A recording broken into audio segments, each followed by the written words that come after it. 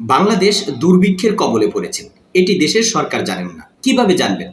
একটি বড় নদী থেকে যদি আপনি এক বালতি পানি তুলে নিয়ে যান, সেক্ষেত্রে নদী টেরও পাবে না যে তার পানি কতটুকু আছে বা কতটুকু গেছে। তো সরকার অনেক বড় একটি ব্যাপার, সেক্ষেত্রে তারা বুঝতেই পারছেন না বাংলাদেশ যে দুর্ভিক্ষের কবলে পড়েছে। বাংলাদেশ দুর্ভিক্ষের কবলে সে কথা জানেন সাধারণ জনগণ, রিক্সা চালক, শ্রমিক, কৃষকরা।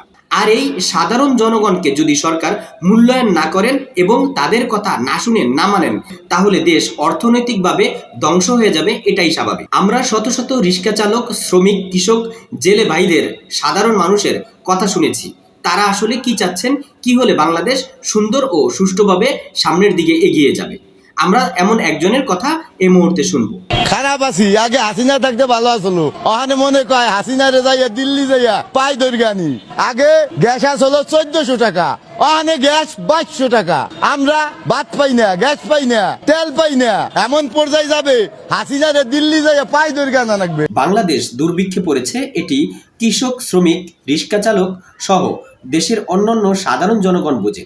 কিন্তু দেশের রাজনীতিবিদরা আসলে দেশ যে দুর্ভিক্ষে পড়েছে সেটাই বোঝেন না। তারা মঞ্চে উঠে বড় বড় লেকচার, বড় বড় ভাষণ দিয়ে থাকেন যে তারা জনগণের জন্য, দেশের জন্য এবং গণতন্ত্রের জন্য কাজ করছেন। দেশ উন্নয়নে তারা অনেক কিছু করবেন, কিন্তু বর্তমান বাংলাদেশের নাগরিক যে দুঃখে কষ্টে আছে সেই কথাটি তারা এখন পর্যন্ত বুঝতে পারেননি। আপনি বিপদে পড়েছেন এই কথা আপনার চেয়ে ভালো কে জানবে? তাই দেশের সাধারণ জনগণ বিপদে পড়েছে, তারা সেটি আজ করতে পারছে। কিন্তু এদেশের কিছু রাজনীতিবিদ আছেন, তারা জোর করে ক্ষমতায় থাকবেন, গণতন্ত্রের কথা বলবেন, দেশের জনগণের উপকার করবেন, দেশের জনগণের জন্য এই করবেন সেই করবেন, এগুলো ঠিকই বলবেন, কিন্তু আসলে দেশের জনগণের জন্য কিছুই করছেন না এবং কিছুই করতে পারবেন না। তাই যোগ্য, দক্ষ শাসক আমাদের প্রয়োজন, যার হাতে বাংলাদেশ নিরাপদ।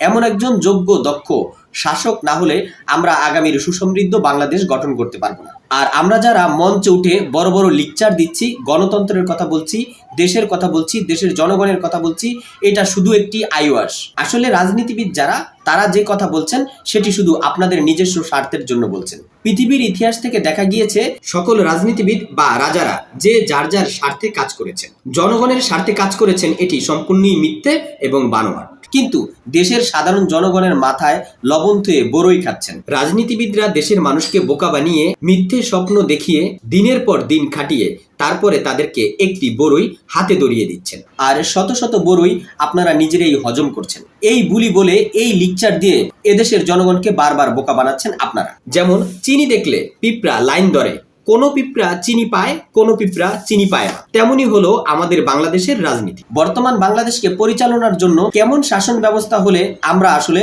উন্নত জাতিতে রূপান্তরিত হতে পারবো এবং আমাদের যে দুঃখ, কষ্ট, অভাব, অনাটন, দেশে যে শত শত সমস্যা রয়েছে, এ সকল সমস্যার সমাধানে আমাদের মতন দুর্ভাগা বাঙালির জন্য যোগ্য নেত্রী বা নেতাকে, আমরা সেই যোগ্য নেতা বা নেত্রীদেরকে সাপোর্ট করতে চাই। এবং আপনারা আপনাদের মতামত আমাদেরকে জানাবেন যে কিভাবে আমরা বাংলাদেশে বসবাস করব সুখে শান্তিতে।